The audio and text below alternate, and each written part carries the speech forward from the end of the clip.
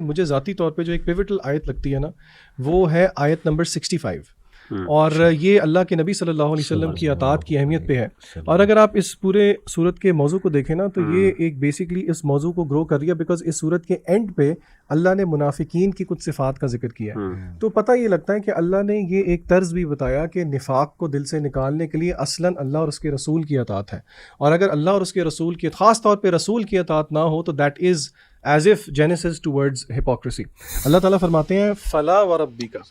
اور علماء کہتے ہیں کہ یہ اللہ نے مختلف جگہوں پہ قرآن مجید میں قسم کھائی ہے لیکن یہاں پہ قسم کھانے کا انداز جو ہے وہ بہت مختلف ہے. اللہ تعالیٰ آپ صلی اللہ علیہ وسلم کو کہتے ہیں نہیں مگر آپ کے رب کی قسم اے نبی صلی اللہ علیہ وسلم لا یؤمنون, یہ ہرگز ایمان نہیں لے کے آ سکتے حتیٰ یحکموک, یہاں تک کہ یہ آپ کو حاکم تسلیم نہ کر لیں اپنے معاملات میں until they accept you O prophet as the judge in their disputes.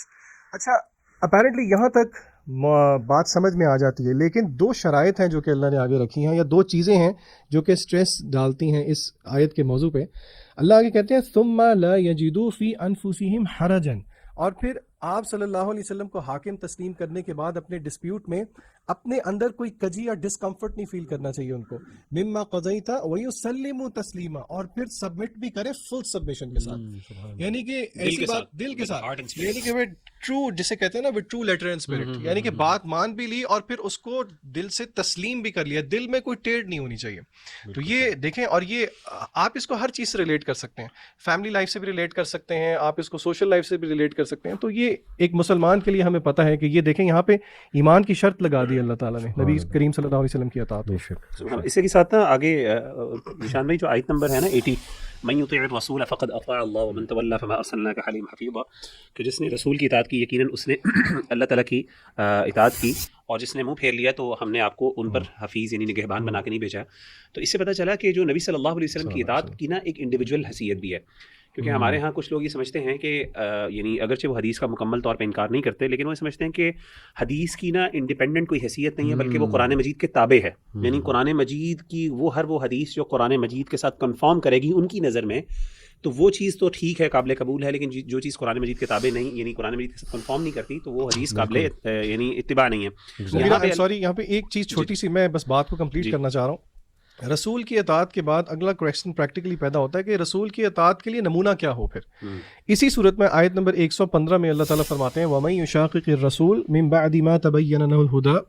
وَيَتَّبِعْ غَيْرَ سَبِيلِ الْمُؤْمِنِينَ. علماء کہتے ہیں یہاں پہ کہ یہ جو آیت ہے کہ جس نے and whoever defies the messenger after guidance has become clear to them and وَيَتَّبِعْ غَيْرَ سَبِيلِ الْمُؤْمِنِينَ, کہ وہ پیروی کرتے ہیں غیر سبیل المؤمنین, اہل ایمان کے راستے کے علاوہ راستہ. شیخ البانی رحمہ اللہ یہاں پہ کہتے ہیں کہ سبیل المؤمنین سے مراد یہاں پہ صحابہ کرام ہیں. تو اس سے ہمیں یہاں پہ پتہ لگتا ہے کہ رسول اللہ صلی اللہ علیہ وسلم کی اطاعت جیسے کہ صحابہ کرام نے, اور اس سے اجماع بھی ثابت ہو رہا ہے, اس سے اجماع صحابہ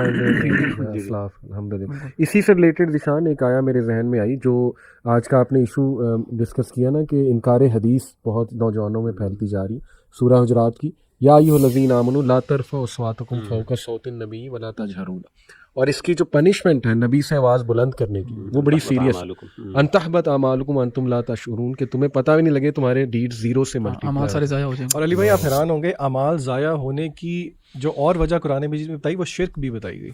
لئن اشرکت لیحبطن عملک, آپ صلی اللہ علیہ وسلم بہت کم ایسے گناہ ہیں جن کی اتنی بڑی پنشمنٹ ہے کہ نیکیاں بھی ضائع ہو رہی ہیں.